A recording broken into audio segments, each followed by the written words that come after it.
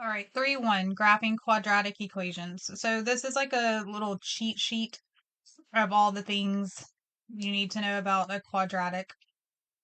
So first of all, it's a parabola, makes a U-shaped graph called a parabola. If it's a positive, meaning that this first number is positive, no matter which form it's in, you know it's going to open up and have a minimum.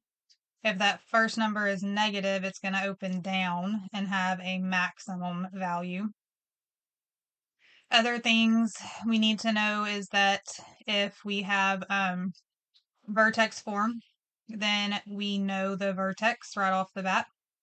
And we know the axis of symmetry, this little imaginary line where everybody on one side has a friend on the other. The axis of symmetry always goes through the x of the vertex. So vertex form tells us a vertex and an axis of symmetry, and we know whether it opens up or down, whether it has a max or min without doing any work. From standard form, you know the y-intercept. It's going to be the constant always, but that's really all you know. I mean, you still know open up or down and if it has a max or a min, but the y-intercept is what you can just pull out of the equation without any work. It's going to take work to come up with the vertex, and there's two ways to do that. You can use a little formula, negative b over 2a, to get the x, plug that in to get the y, or you can complete the square and turn it into vertex form.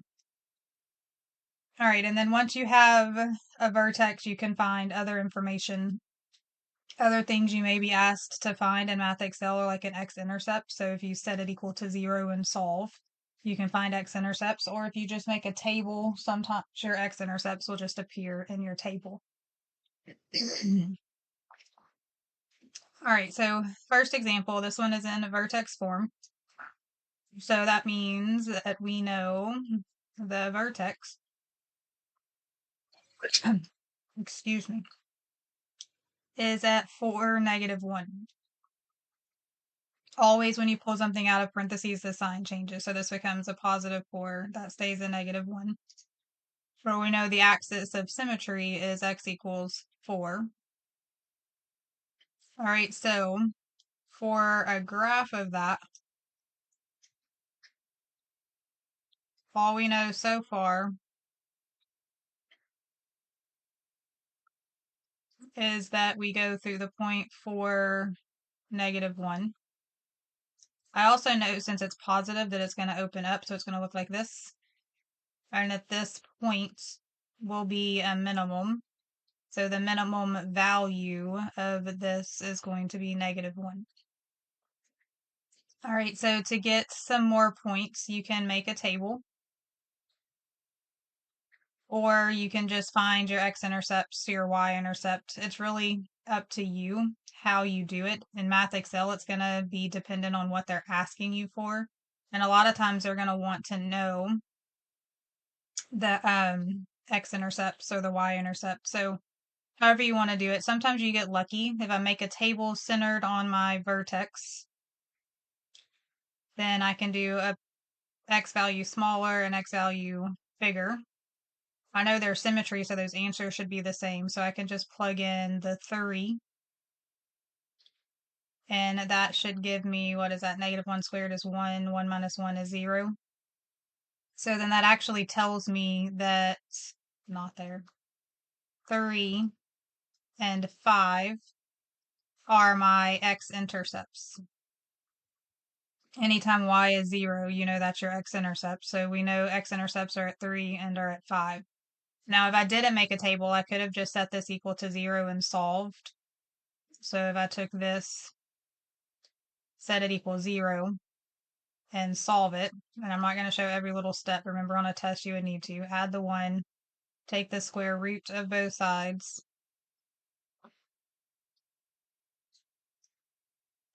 and then add the 4.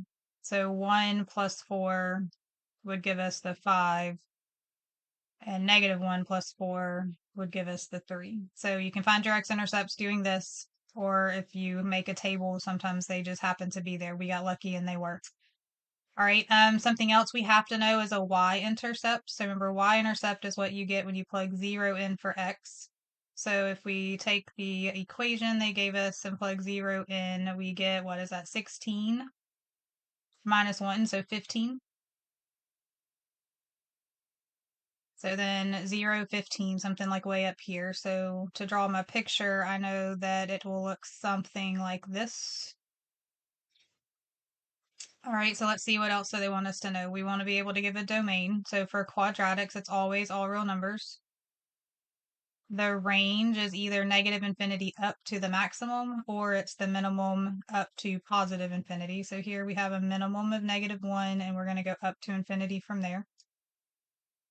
And they want to know intervals where it's increasing and decreasing. For a quadratic, you should have one of each, and it's always going to split at the axis of symmetry, so 4. So we're going down on the first piece, so we're decreasing from negative infinity to -4. And then at -4, we start going back up. So we're increasing -4 to infinity. All right, number 2. This one has a vertex at -2, 0, because there's like a plus 0 right there, which means we have an axis of symmetry at x is equal to -2. So if I'm going to graph this, we know that -2, 0 is our vertex.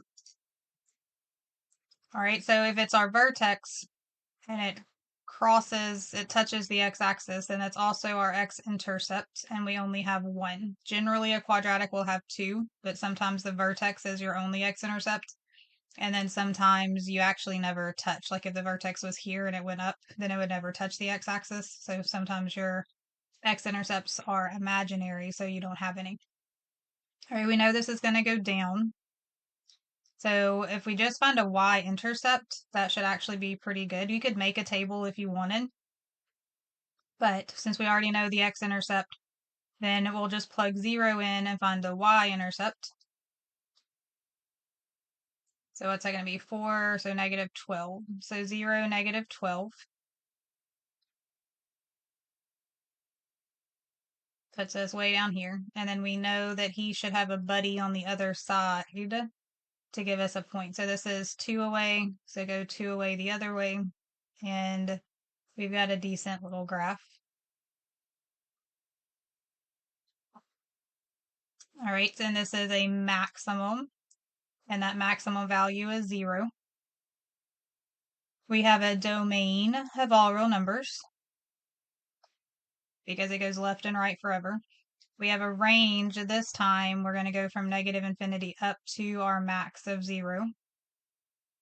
It is increasing on this first piece, so from negative infinity to -2. Remember, the increasing and decreasing splits with an x value, which is like your axis of symmetry. And then from -2 to infinity gives us our decreasing. All right, so again, if we were trying to solve this, if we equaled it to 0 and solve, we could get that x-intercept, but also we just know because our vertex is our x-intercept, that's the only thing we have. All right, so what happens if we are not given vertex form? All right, so there's two ways of handling it. First of all, they tell us the y-intercept. We know the y-intercept is going to be 0, 5. It's always that constant on the end. All right, beyond that, you can find the axis of symmetry by doing x is equal to negative b over 2a. So in this case, -6 over 2 times 1, or -3. And then you can find the vertex by plugging that -3 in for x and figuring out what y would be. So what is this, 9? That'd be -18. So -9 plus 5, so -4. All right, so we've got -3, -4 for the vertex.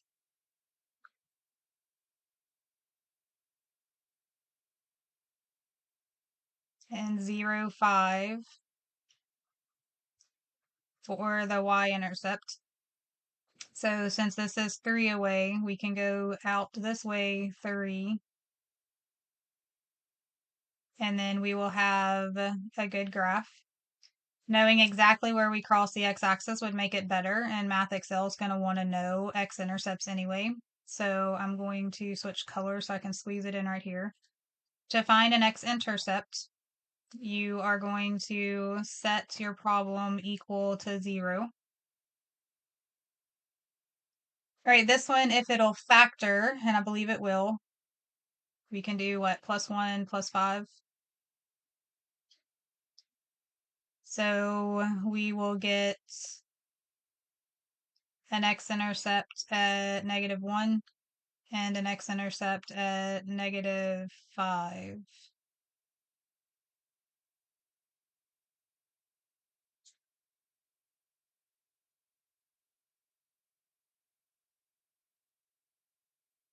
So then we can get a little better idea of what our graph should look like, where it's crossing the x-axis. I cannot draw on this little tablet that I'm using. It's not very user-friendly, so I apologize that my graphs are ugly and shaky.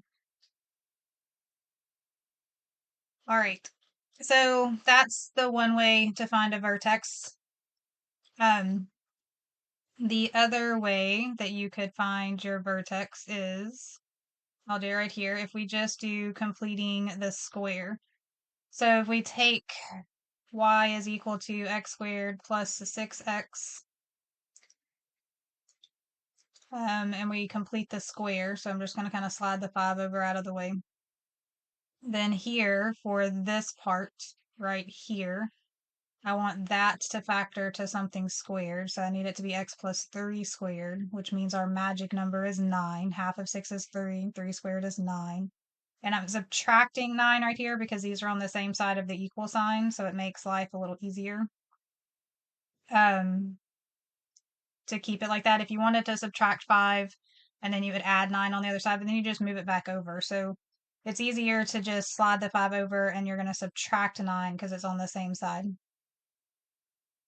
So then once you've done that, you have vertex form. So there will be some where that's what it asks you in Math Excel is, can you put that in vertex form? All right, so that's another way to come up with your vertex is just put it in vertex form. All right, number 4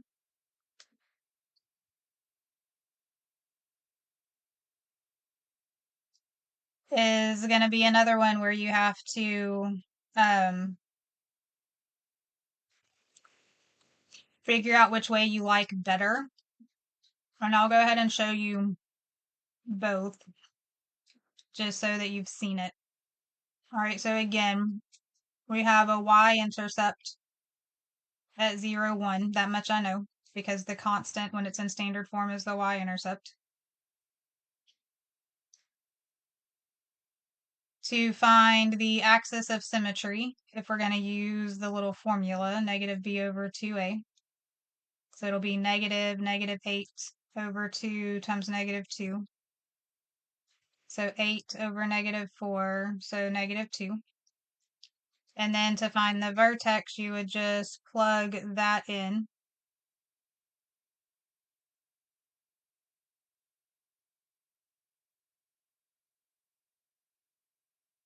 So we would have negative 2 something. So plug negative 2 in, and let's see what our something works out to be. So 4, negative 8. This is 16, so 9. I'm going to back up because I think I completely forgot on this last one. I did.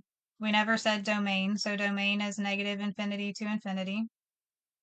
Range is going to go from the, what is that, negative 4 to infinity. It is increasing right here from the vertex to the right, so from negative 3 to infinity. And it's decreasing from negative infinity to negative 3. All right, so back to this one. We know we have a vertex at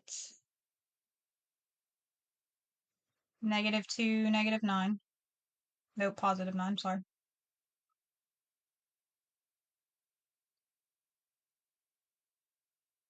It's negative, so it's going to go down. All right, so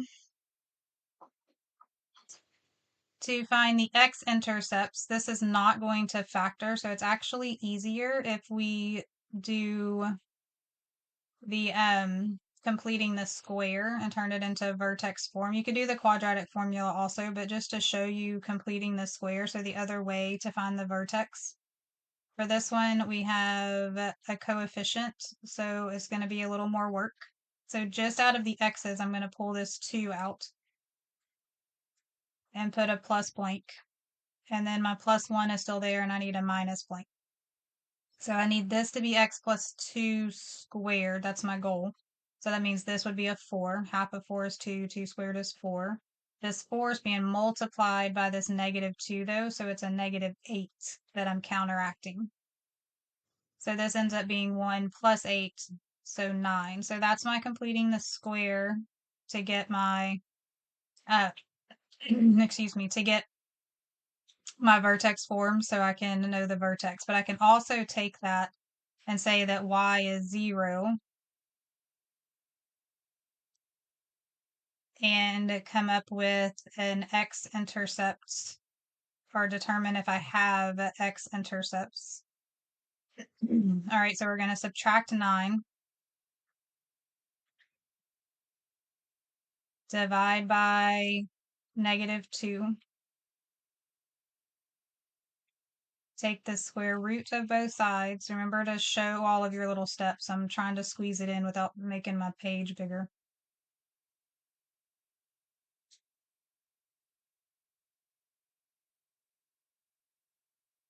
Which isn't going to happen anyway, so I could have showed all of my steps. I didn't need to make it that big though, huh?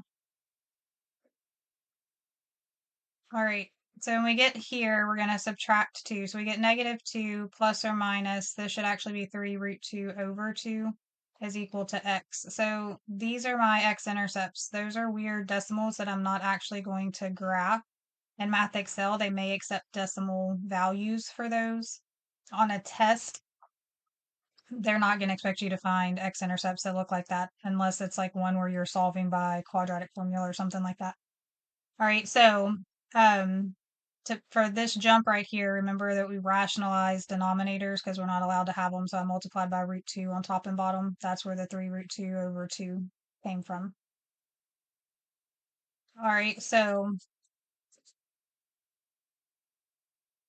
getting rid of that. Let's go back. Those x-intercepts are not very user-friendly, but we do have this y-intercept of 0, 1, which means that we should have another point right here. And then that's good enough to get a decent little picture.